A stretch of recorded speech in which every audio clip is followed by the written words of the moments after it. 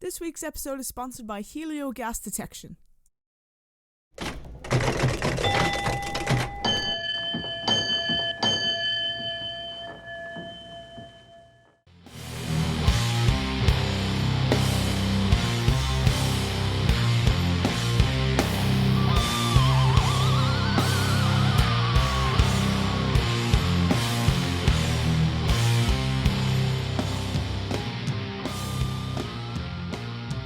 Hey everyone, this is Letty for the Metal Cell podcast. I'm joined by Stephen and Ryan from Mallacht. Guys, how you doing?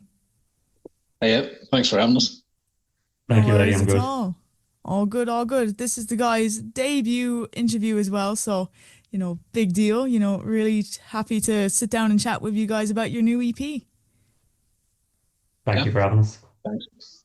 No worries. So to the listeners who maybe haven't heard of you guys before, could you introduce yourself and your role in the band? I'm Ryan. I'm the vocalist in the band, and I guess I write the lyrics as well. That'd be. Yep, I'm Stephen, and I play guitar. Good stuff. So how did the band start? Basically, I had an idea that I wanted to start a black metal band because I've always been into black metal since I was like a kid, really, And I had tried with some other bands back home. Like, I'm originally from up the north coast sort of area, and they just kind of never went anywhere, So I was living in Dublin then at the time, and I decided might as well give it a shot here because there's probably going to be a lot more people that would be interested in that type of music, So just gave it a shot, put out some ads on Facebook, and it was actually Stephen was the first person to respond to one. So it was me and him really got the band started, and then eventually we got Brian and Nuno then, who are the other two members. Nice one. And Stephen, have you been a big black metal fan as well, or just wanted to join a band? I did a couple of projects that weren't really black metal, but it was during lockdown, so around 2020 onwards, that I really just kind of went down a rabbit hole listening to black metal. And I think the timing was very appropriate because, it was a very bleak period for everyone, and black metal kind of has the bleak sound. So I was like, maybe I want to explore this style a bit more, and I took some music theory lessons online with Mo Sheeran, and I just started kind of writing my own stuff, and there was a few things that sounded like black metal, and I can't remember who found who. It was either Ryan found me or I found Ryan about starting like a black metal project, and yeah, it just kind of spiraled from there. We just kept in touch. I think we both knew um we were both serious about the project because like there's times where you kind of chat with people and communications falls through, and it's not meant to be. But I think with me and Ryan it was like, oh yeah, we're both serious, and we're both kind of dedicated, and we had similar interests. So and then when we brought Brian and Nuno on, it was like, oh yeah, this is, it starts off real small, and then that snowball effect, it starts to get really big. And yeah, Brian and Nuno can't be on the call, but I just wanted to shout those lads out as well because, they're a big part of the group. Shout out to the boys. Yeah. Nice one. And what sort of black metal bands do you guys listen to? Mayhem, Behemoth, those sort of guys?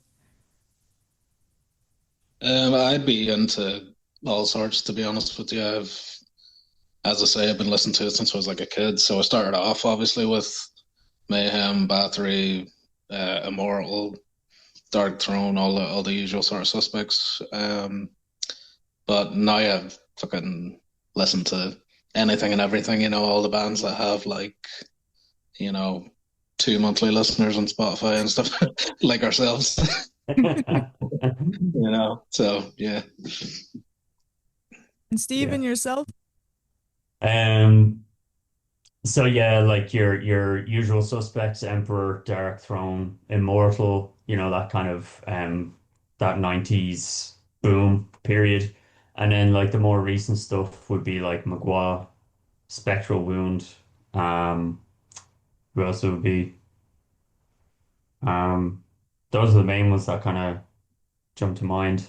Um, they're not really black. I guess you call them black metal, but Serpent Column, I kind of go into when I'm like in a real weird mood. Like their music is just crazy. So yeah, those be the ones that stick out for me.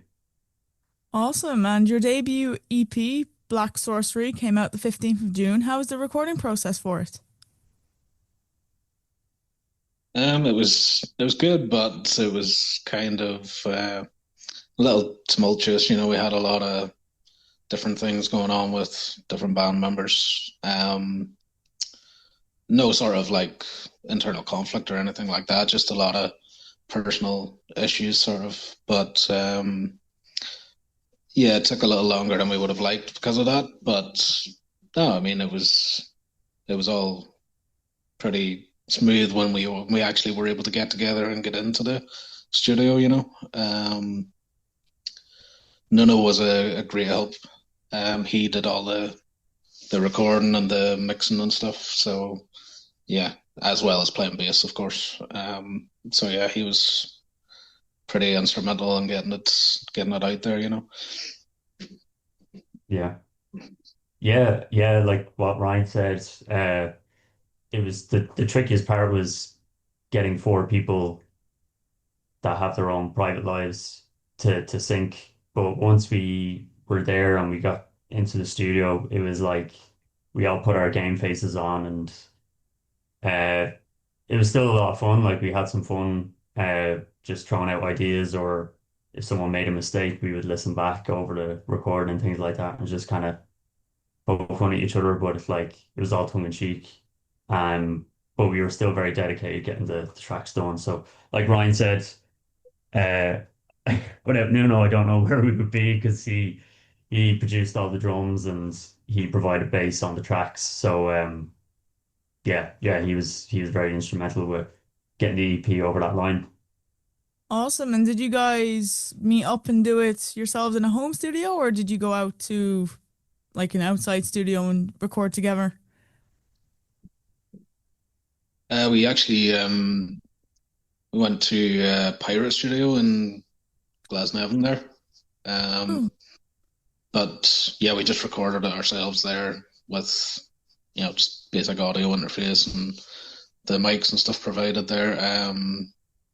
And then Nuno did all the mixing and everything. So at least it was not too costly, So um, yeah, it was pretty much just met there.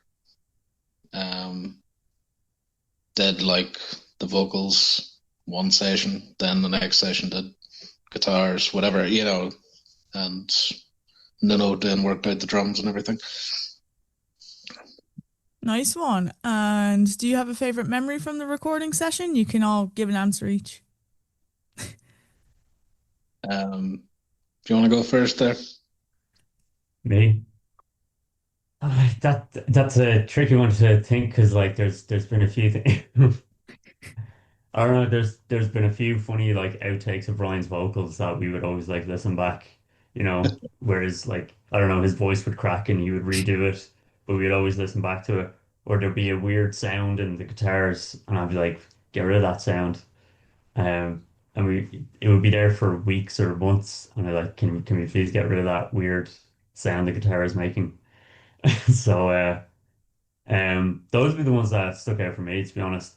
But it wouldn't even be just not even just like the recording parts of it. It was just the social aspect as well. Like we all have very similar interests, and we would just kind of break out into conversation about anything like a TV show or a movie or a band that we're really into, and our thoughts on like, oh, I didn't like the direction they went in, or oh, I quite like their ladder stuff. It could be anything like that. I think that's the parts I enjoyed anyway of the recordings. So you basically had like was it Paul and your man from American Psycho? You're like, oh, they came into their stuff in the in now. Yeah, yeah. It's really funny. Like we have a band group chat, and that only got brought up in conversation like a day or two ago. The hip to be square scene, that yeah, that got brought up recently. That's very coincidental. That is pretty funny. And you guys being big black metal dudes, I want to ask, did you read the Lords of Chaos book or watch the movies? Because that's kind of my whole perspective of black metal. It's probably very ignorant, I know, but I haven't actually read Lords of Chaos or watched the film. I'd heard some mixed reviews about it, that it was kind of not the most accurate or whatever. So uh, maybe I should watch it and give it a chance. But yeah, I'd heard some of the guys from Mayhem and stuff saying that they weren't too happy with how things were portrayed in it, and um, yeah, a few others as well. But no, I've watched like Until the Light Takes Us, that documentary, and quite a few others which were pretty good to be fair. But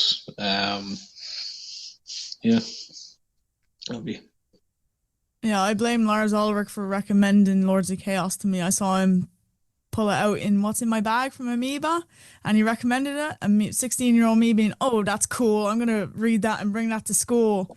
And then I learned years later it was very inaccurate. yeah. I could blame Lars Ulrich for a lot of things.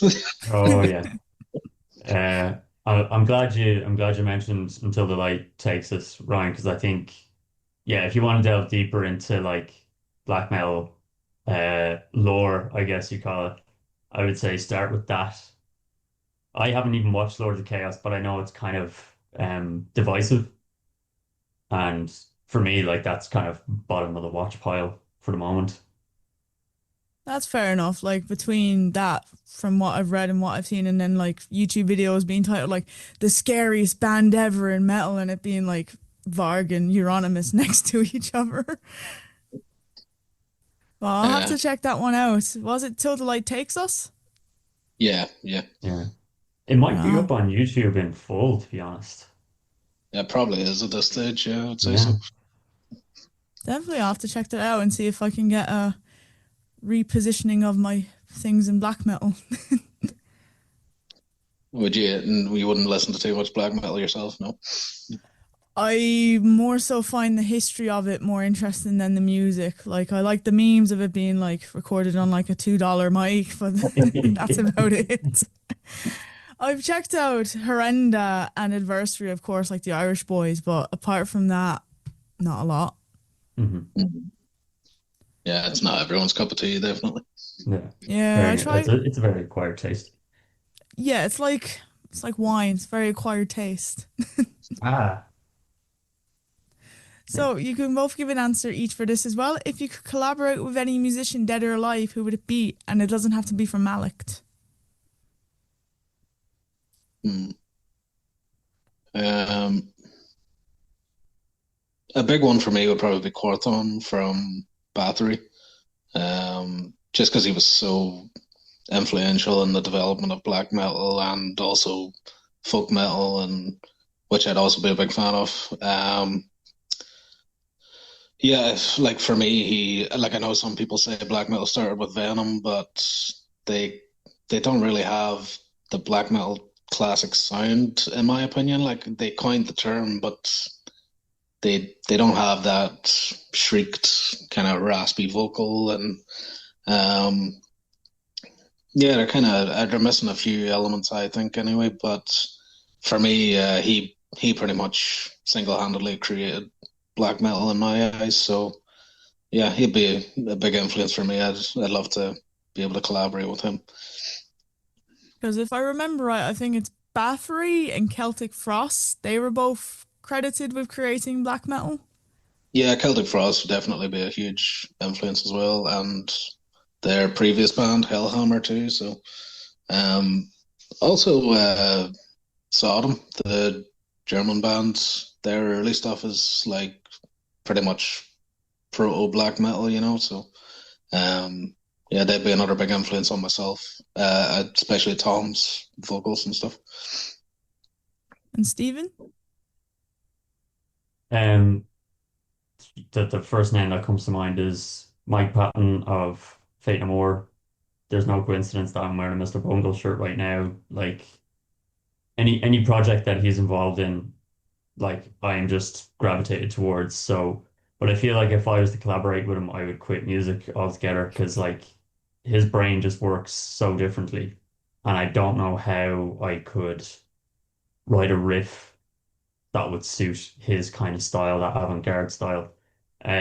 A close second would be Michael Ackerfeld from Opeth because that's more black metal adjacent or death metal adjacent. Um, so yeah, he's awesome as well. They'd be my picks. Did you go see Mr. Bungle when they played the UK last year? No, I feel like I should have. And there's part of me that senses they will do a gig in Dublin. I'm just like holding out. I think they're in South America right now, so they're far away. Because what was it? So My friend, she made the trip over to Manchester and she was like awesome. hyped to go see them, but she Yeah. didn't know they were only allowed to play one album. Yeah. Yeah. They're kind of thrash metal stuff. It's not my favorite of their style. Mine would be like the Disco Volante California era stuff. It's a bit more accessible. Um, yeah, but I get why they're doing it. They want to promote that sound and the newer stuff. But like that came out in 2021, 22. So yeah, they should play I think they still play My Ass Is on Fire, which is like an oldie. I So at like least uh I like Pink Cigarettes. I think that's my oh, favorite song by them. that is the best breakup song ever written, in my opinion. Pretty good. Ryan, are Yeah. you a Mr. Bungle fan? Faith No More? Red Hot Chili Uh, Peppers? to be honest with you, I've never really listened to them. I don't know. Um, just like I'm aware of Mike Patton and his side projects and everything, and Faith No More, obviously, but like I've heard, Epic and whatever used to be on Kerrang all the time, but yeah, I just never really ones that I looked into that much for whatever reason. It's I don't know, just kind of missed the boat. That's fair enough. And do you guys have a favorite song from the EP? One that you're really looking forward to playing live? For me, it'd probably be Black Candles. I think would be my favorite one, or at least I think it'd be like the most crowd friendly or mosh pit friendly song. So because it's just the most like kind of straightforward, heavy, I would say, out of all the tracks. Yeah, I'd say that probably. I'll do a different answer to Ryan. I would say the title track Black Sorcery. I think it's because it was the most recently written track and the last one to be recorded. So that's kind of like it's still fresh on the ears. And when we dropped the EP on Spotify, I was listening to it in the gym and I was like, Jesus Christ, Ryan's vocals on it are incredible. Like so hearing that, rehearsing it and playing that live, like it's just gonna want to see the crowd reaction to that. Close second will be Black Candles. I'm dreading playing that live because it's quite intense on the right hand. It's just like non-stop tremolo picking. Oh, So yeah, we're gonna have to bang out a few rehearsals ahead of time. just focus in the gym, just right hand bicep curls. Like, just do that. Oh, just forearms all day. Yeah, yeah. The EP is a banger, by the way, guys. I listened to it in Thank lead you. up to doing this interview, and I really, really liked it. So, congrats. Thanks very much. Thanks, Glad you Letty. like that, especially if you're not too into black metal. Like it's a compliment. Can we Well, ask what's your favorite track on the EP? I really thought the title track was really good. Like I really like, all the vocals and stuff in that. And turns out black metal is really good driving music for Euro Truck Simulator. Yeah, I'd imagine you get where you're going fast. Exactly. I flipped my truck 3 times, but it doesn't matter. Do you guys have any favorite album releases of 2025 so far? Any that you're looking forward to? I heard, was it today in Metal Injection that Mayhem are back in the studio? Yeah, I I only actually I just read saw that that today. earlier. Yeah. Yeah, I was reading that article earlier. Looking forward to that anyway because I've always been a huge fan of Mayhem. I know some people are a bit iffy about some of their later stuff, but I like pretty much every album anyway. But yeah, I haven't actually been listening to too much new stuff Mhm. recently. I listened to the new Sodom album though. It was a pleasant surprise, really. Because it kind of had went a little off the rails a little bit for like a couple of albums, but I feel like that one's kind of a return to form. It's good, just straightforward thrash with a bit of a black/death sort of influence on it. Nice one. Stephen, anything coming to mind? I honestly couldn't think of anything that's coming out in 2025, and I feel bad. I've just been kind of in my own head with music since the EP release. I'm like kind of going down some of the more like older stuff and trying to listen to more of the older stuff. I don't know if your next question is got to do with gigs this year, but I have a few gigs lined up. Oh, sure, yeah. Let's go on with that. Any gigs you're looking forward to in 2025? Um, for me, probably Megadeth. Can't remember when they're playing. It's sometime soon in Dublin The anyway. 21st Um, of October, I think. And the only reason I remember it is because I couldn't get it off. oh Wow. yeah, fucking sucks. No, I'd love to see Megadeth. I've never got a chance to see them before. Always been a huge fan. Um, I'm not too keen on Disturbed though, so at least it'll be kind of an early night for me. Oh, you walking out right after Megadeth? Yeah. That's totally fair. I think that would be one for the ages anyway. Seeing a mass walkout from the free arena before like 10 p.m. I'd say there's a chance of that happening with the controversy around some of the stuff he's been doing recently. Yeah, there seems to be a bit of a boycott going on. Yeah, Stephen, any gigs that you're looking forward to? Yes, and what's special about this year, they're all like the first time I'm ever seeing them live. Uh, I'm seeing uh, Carnival, the Australian prog rock band, seeing those in August. Seeing Portal, who are another Australian band, coincidentally, are playing the following month in September, and then Blood Incantation are in October. Which our guitarist Brian, he is in fucking love with that band, and I think he's got a ticket as well. So shout out I'll be to Brian and his love for Blood Inc. We're very much looking forward to that gig, I'll and be I think heading it's to their that one as first. well.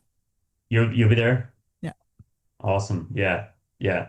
Yeah. It's like Funnily we enough, we all actually have nicknames for each other in their band group chat, and Stevens is actually Mike Patton, and mine is Abbott because my vocals were compared to his by Adrian Williams actually, and Brian's is Brian Incantation.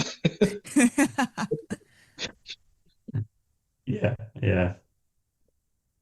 Was it Carnival? They were recommended to me by a bus driver actually. He saw me wearing like a Metallica t-shirt and wrote down on like a discarded ticket Carnival. He was like, check them out. That's it's awesome that he did, but like. if I saw someone in a Metallica shirt, the one of the few bands I would recommend them to listen to is Carnival. But well, that's awesome. Maybe you're They're a just a great massive band. fanboy and just wanted to spread the word. Yeah, right. I have a best friend in Australia, and I said to him, "Have you ever heard of this band? They're from Australia. They're Carnival." And he was like, "Oh yeah, they're fucking awesome." I was like, "Excellent." He was a metalhead as well, so yeah, Nice one. I'll be heading, I think, Killswitch Engage a couple of days before or after Blood Incantation, so that's going to be fun. Wish they picked a better venue though, National Stadium. Hate that venue. I don't think I've ever actually been to a gig there.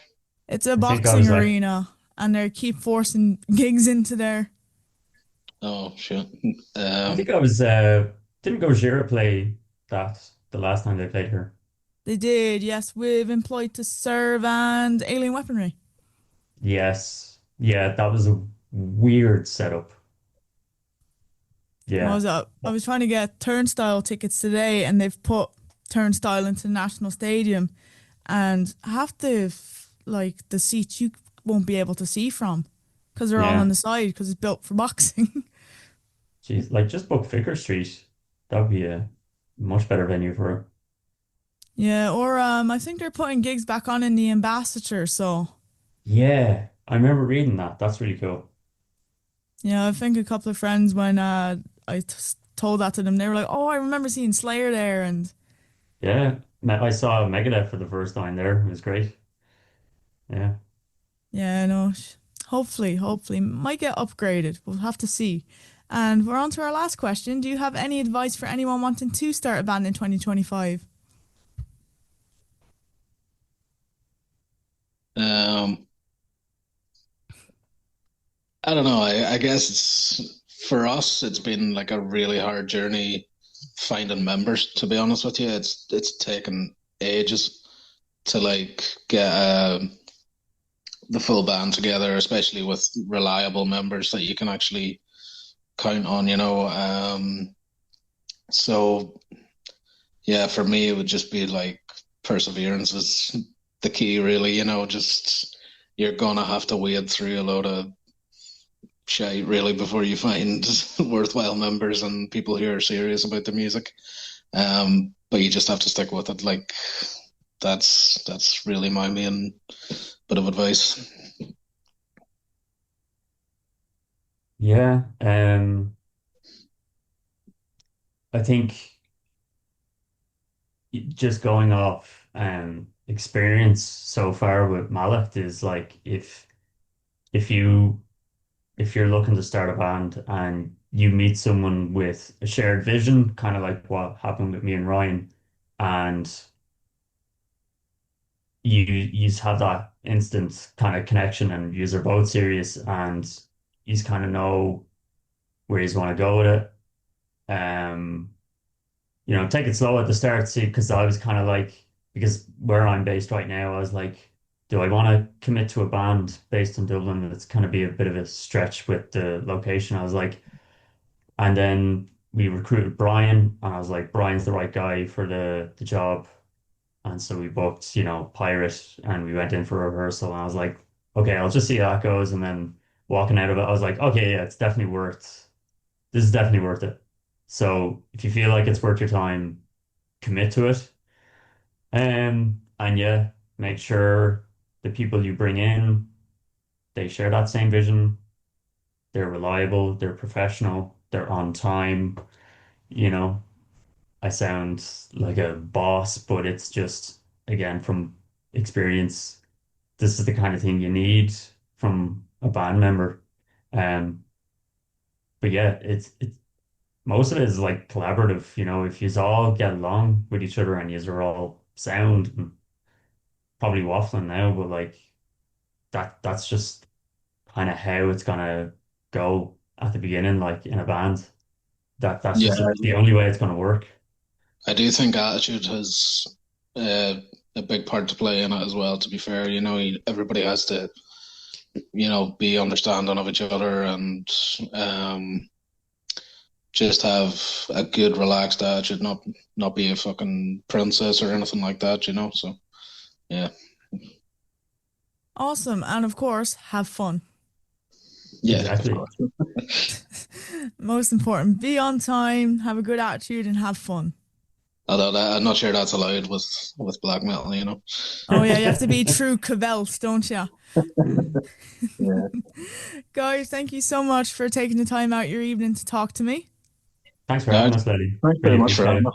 Of course, no worries. And Black Sorcery is out now. Check it out.